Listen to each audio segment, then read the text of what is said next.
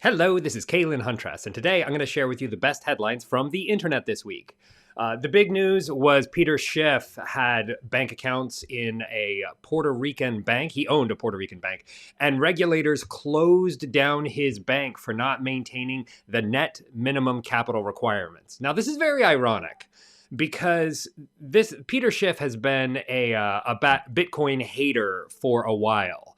And if he had been using Bitcoin, this wouldn't have been possible. I love what Bitcoin podcaster Stefan Livera said, that he's been a Bitcoin skeptic since $17.50. And he's been hating on Bitcoin all this time, and his own bank was shut down.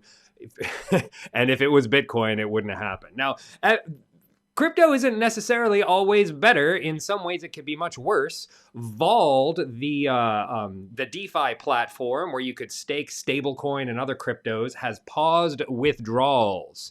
They're in discussions with potential investors, and they're applying to the Singapore courts for a moratorium on the commencement or continuation of any proceedings. It basically means that Vauld is now out. There's been a lot of these happening since Terra collapsed. The Celsius CEO Alex Mashinsky allegedly attempted to flee the U.S. First, there was the in the Terra escape, the Terra and UST crumbled, and then Celsius has been having all these problems. Now Vauld. So the crypto industry is kind of imploding. BlockFi nearly went under, but FTX signed a deal giving it to buy it at the low price of $240 million.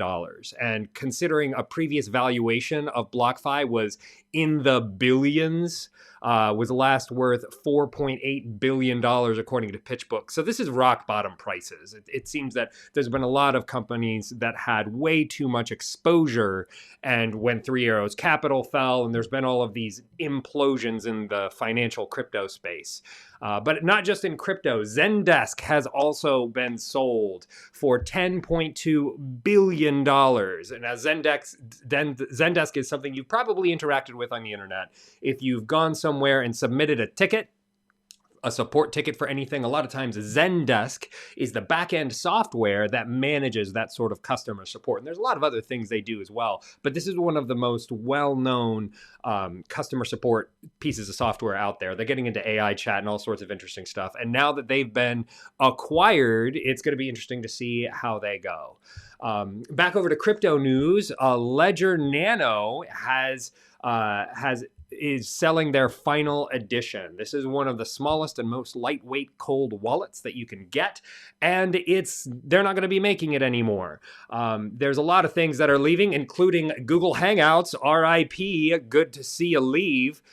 Don't let the door hit you on the way out. Google Hangouts has been a real pain in the neck. It's never really worked that well. And now they're merging Hangouts with chat. So instead of doing video Hangouts as a separate entity, they're now folding this into Google Chat.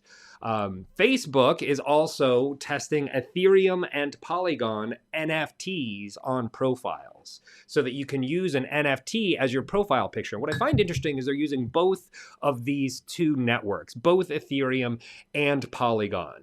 And what I find so interesting about this is that in order to integrate a smart wallet with two networks into your Facebook account, it's going to require a whole lot of integration. Martin Bryant argued that Meta clearly wants to offer a home to Web3 folks.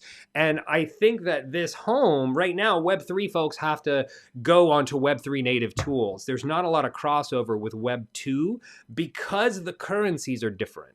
Right now, if you want to go to Facebook and you want to buy ads, you do it with dollars. But bringing in the smart wallet capabilities, it means that we could soon be purchasing products in the Facebook ecosystem with cryptocurrency. And so I'm really interested to see how that progresses.